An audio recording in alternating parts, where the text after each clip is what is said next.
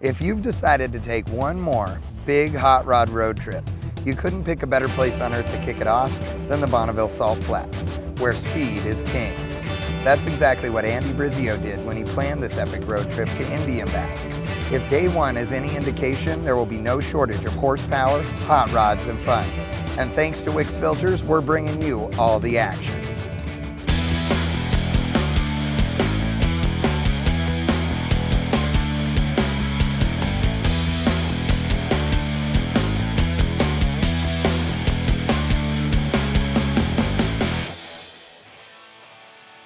Many of the people on the trip are intimately familiar with the Bonneville Salt Flats.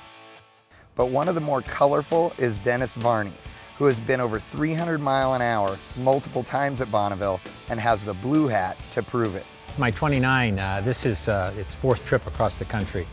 And that's got a 406-inch small block with a little designer blower on it and a carburetor. And it's been a great car, a lot of fun. Well, and how much power does that thing make? A lot. A lot, exactly. It makes enough to get out and run. Do you own any car that makes less than 500 horsepower? Oh God, yes. No. God, I have a Topolino that only had 7 horsepower and we got it up to 48 horsepower, with a turbo on it. And I got a little Renault that I put a blower on it, and it had, I think, 37 horsepower, and I think we're up to 60 now on that. Now, and have you ever owned a hot rod that doesn't have a supercharger or a turbo on it? Yes. Yeah. You have? Yeah, my first one, it was had 3 carburetors on it. So just one? One. You got one, and then you realized if I can stuff more air into these bad boys, it's awesome. A guy went by me in a Chevy one day, and I said, that's it. I said, we're putting more power in this thing. Although Varney has confirmed he is the king of boost, he doesn't have a monopoly on horsepower, because we've had one hell of a time keeping up with all the dudes on the Rodfather tour. Apparently, they decided that the official speed limit of the trip was going to be 20 miles an hour more than their age, regardless of what type of hot rod they're driving, including Bob Pelican in a big 31 Buick that looks like Al Capone should be riding out back.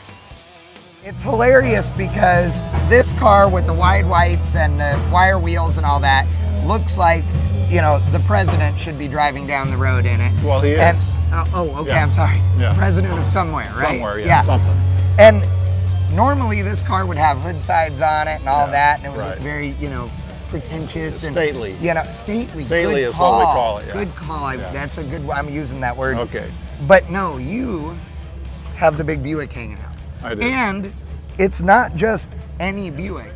It's obviously got some good parts in it because it's got TA Performance valve covers on it and all this stuff. So tell us what makes the hot rodder and you put the bitchin' motor in the big cruiser. Well, first you got to have a Buick in a Buick. Okay, I'm down with that. So what about all the, small block Chevrolets and 32 Fords or flatheads in things that didn't come with flatheads and, all of that? What do you think of all that? Yeah, no, I don't like it. I like to, if you're driving a Buick, you put a Buick. If you're driving a Ford, you put a Ford in it. Yeah, right. But I wanted to go with the big motor. This is a 455 out of a 72 something or other. Yeah. And I had it rebuilt. It's got a cam in it, comp cam, and makes a little bit of horsepower and runs just like a top. Oh, I know it does because we were next to you with the camera on the stick hanging out the side of the car earlier, and you were motoring right along, let's say.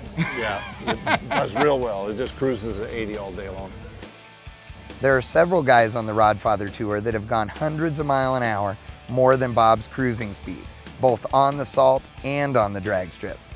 But Tom Gloy, whose racing past includes the Indy 500, Long Beach Grand Prix, and a Trans Am championship, has a different view on horsepower. I raced cars my entire life, so I'm kind of more laid back when it comes to the hot rod thing. I like to go watch all the performance stuff now, and I enjoy watching guys do it. But for me, I just want to get in my own piece, drive it down the road, and the key there is drive it. Well, and some of the guys that are here tell stories like you where their first hot rod was something that was cantankerous and nasty and fast and fun, and it's what got them into it. Yeah. But they've decided as they've gone on through life that maybe they want one that's a cruiser and one that's a race car, and this one is your cruiser. This is my cruiser, although if you've seen under the hood, it's not exactly your everyday run-of-the-mill cruiser.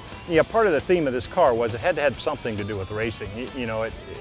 Whether it was inspired by Bonneville or just early Indy type cars, you know, with the wheel setups and that kind of. A lot of guys look at me and say, "What are you doing driving this car?" Well, that's what we built it for, to drive. You know, right. It's not a garage queen. You know, it can't be stuck in a trailer somewhere. This car's to be driven, and it's a ball to drive. Clearly, every one of the folks on this road trip agree with Tom, which is why all of them signed up to celebrate Andy's last road trip by driving 5,000 miles around the country in their hot rods. For veteran road trip hero Dave Schaub, 16 states over 17 days is like a trip to the Quickie Mart for a pack of smokes and a tall boy. But my claim to fame is I drove 49 states in 7 days with that car. And I haven't had any breakdowns on either one of the trips that I did. They're both charity drives for Ronald McDonald House. Yeah. Well, before the trip, what do you have to do to prep? Just change the oil, throw on a new filter, and hit the road, or what? Yeah, pretty much. I mean, you know, my typical deal is, well, I run synthetic oil in it, so I'll be able to do this whole trip without changing oil. I put a really good filter on, grab every wrench and go underneath and hit everything. I don't care if they're nylocks or whatever, I put a wrench on every bolt. That's really about it. That's cool. Good coat of wax. Yeah. You know?